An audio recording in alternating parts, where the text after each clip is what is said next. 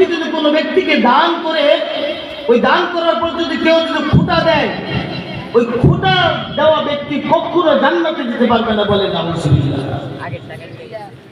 আল্লাহর প্যারা হাবিব মুহাম্মদ রাসূলুল্লাহ